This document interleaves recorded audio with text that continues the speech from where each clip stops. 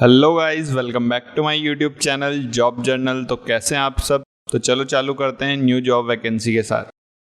ये job vacancy IBPS की तरफ से है, जो है आरआरबी की रीजनल रूरल बैंक की तरफ से वैकेंसी आती है, जो हर साल आती है पीओ और क्लर्क के लिए। तो चलो देखते हैं। इसका नोटिफिकेशन आपको यहाँ से डाउनलोड करने को मिल जाएगा और मैं डिस्क्रिप्शन में भी डाल दूंगा। तो चलो देखते हैं क्या है। तो दो है, जो अपने काम की है वो है ऑफिसर स्केल 1, वही पीओ है बेसिकली, और ऑफिस असिस्टेंट मल्टीपर्पज वो क्लर्क की है। सो आरआरबी ने निकाली है जॉब वैकेंसी। फिर देखते हैं कि आगे है क्या इसमें। तो ये जो स्टेट है, बेसिकली हर स्टेट में कुछ बैंक होते हैं जो कि इसके अंडर आते हैं। तो उन बैंक्स में ये पोस्टिंग देते हैं क्लर्क और पीओ की, जैसे कि राजस्थान है। अब लैंग्वेज की बात कर लेते हैं तो तेलंगाना में जो लोकल लैंग्वेज है वहाँ की तेलुगु, तो वो चलती है। जैसे अरुणाचल प्रदेश में इंग्लिश मांग रहे हैं, लेकिन अगर आप किसी और स्टेट में हो, बेसिकली उत्तर प्रदेश में हिंदी है, लेकिन आपको तेलंगाना में जाना है नौकरी करने, तो आपको तेलुगु आनी चाहिए। इसलिए वो एक्स्ट्रा टेस्ट लेते हैं आपका कि आपको ये लैंग्वेज आती है या नहीं आती। तो आपका एक एक्स्ट्रा टेस्ट बढ़ जाता है बेसिकली। तो जैसे कि आप देख सकते हो अलग अलग जगह अलग अलग लैंग्वेज है, तो आप उसके हिसाब से भर सकते हो फॉर्म। एलिजिबिलिटी क्राइटेरिया की बात कर लेते हैं। तो पहली चीज, आप इंडियन होने चाहिए। दूसरी चीज, एज की बात कर लेते हैं। तो जो पीओ के लिए एज मांगी है वो है 18 से 30, और जो क्लर्क के लिए एज है वो 18 से 28 के बीच में है। और एज रिलैक्सेशन है जो इसके हिसाब से शेड्यूल कास्ट के हिसाब से अलग अलग कैटेगरी के हिसाब से अलग अलग एज रिलैक्सेशन है, जैसा कि आप यहाँ पे देख सकते हो। यहाँ पे इकोनॉमिकली वीकर सेक्शन के लिए कुछ पॉइंट्स है कि आपकी इनकम 8 लाख से कम होनी चाहिए, तब आपको इस कैटेगरी में होंगे आप। तो उसके हिसाब से आप यहाँ पे पढ़ सकते हो कि फैमिली रिक्वायरमेंट क्या क्या है ईडब्ल्यूएस में आने के लिए। आपको फिर आपको पता चल जाएगा, अगर आप ईडब्ल्यूएस में आते हो तो आप इसमें एलिजिबल हो सकते हो।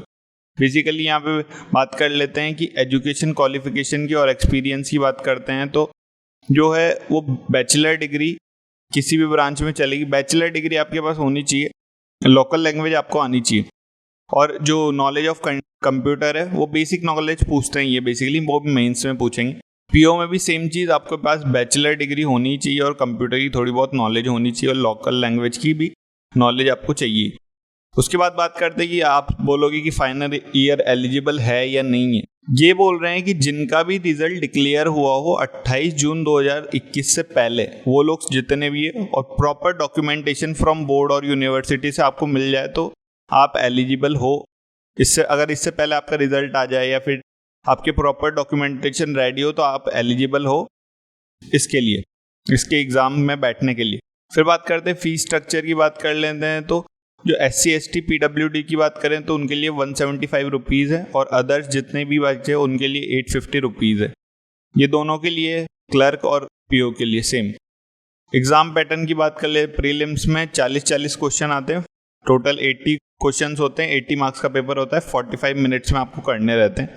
पीओ में भी सेम क्राइटेरिया, सेम पेपर। फिर मेंस की बात कर लेते हैं। तो इसमें reasoning, computer knowledge, general awareness, English और हिंदी ऑप्शनल होती है, आप दोनों में से एक चूज कर सकते हैं। और क्वालिटेटिव एप्टीट्यूड होता है, जो कि टोटल 200 क्वेश्चन होते हैं, 200 मार्क्स के, 2 घंटे का टाइम होता है दोनों पीओ और क्लर्क के लिए।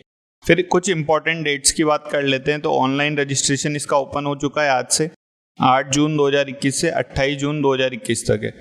तो इस डेट्स के बीच में आप फॉर्म भर सकते हैं, और फीस पेमेंट भी इन डेट्स के बीच में ही आप कर सकते हैं। Call letter, pre exam training, अगर ट्रेनिंग होगी इसकी, अभी तो कुछ कंफर्म नहीं है, ये बोल रहे हैं कि ऑनलाइन ट्रेनिंग हो सकती है।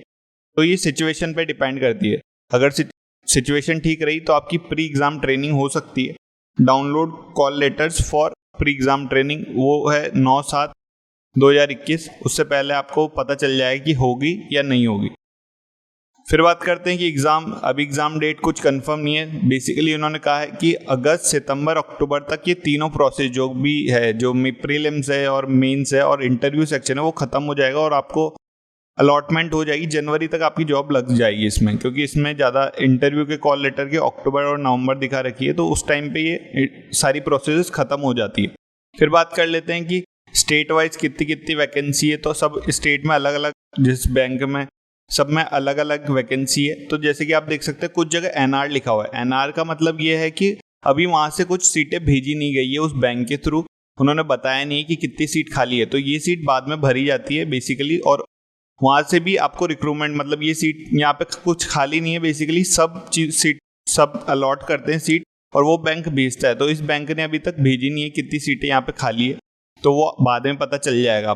तो आप देख सकते हैं कि हर स्टेट में अलग अलग SC ST जनरल के लिए सब सीटें खाली है, तो आप अलग अलग अपने स्टेट के अनुसार भर सकते हैं, या फिर आपको किसी और स्टेट में भरना है तो वो भी आप भर सकते हैं। जैसे कि राजस्थान से आपको उत्तर प्रदेश में जाना है काम करने, तो आप वहाँ से भी भर सकते हो, कोई प्रॉब्लम नहीं है। PO के लिए भी सेम चीज़, यहाँ पे सीट है, कुछ जगह NR है, तो वो सीट बाद में भराई में आएगी। तो ये थी वैकेंसी PO और क्लर्क के लिए। तो देखते हैं अप्लाई कहाँ से करना है। तो अप्लाई के लिए आपको इसकी वेबसाइट पे आना है। वेबसाइट पे आने के बाद आपको यहाँ पे नोटिफिकेशन बार चलता हुआ दिखेगा, तो वहाँ से इनका अप्लाई लिंक है, basically click here to apply. तो आप यहाँ पे क्लिक करेंगे तो आपको ये फॉर्म मिलेगा बेसिकली कि किसके लिए आपको अप्लाई करना है, PO के लिए करना है या फिर क्लर्क के लिए करना है। तो जिसके लिए आपको अप्लाई करना है वो आप यहाँ से कर सकते हैं। डॉक्यूमेंटेशन यहाँ पे मांगे जाएंगे, आपका थंब और फोटो, सिग्नेचर और जो डॉक्यूमेंट्स आपको रिक्वायर्ड होंगे वो आप यहाँ पे जमा करके आप अप्लाई कर सकते हैं। तो आपको कैसी लगी वीडियो अच्छी लगी हो तो लाइक करें, कमेंट करें, और आपको किस टॉपिक पे नेक्स्ट वीडियो चाहिए वो भी कमेंट करें, और सब्सक्राइब करें दिस चैनल को for further videos. Thank you guys.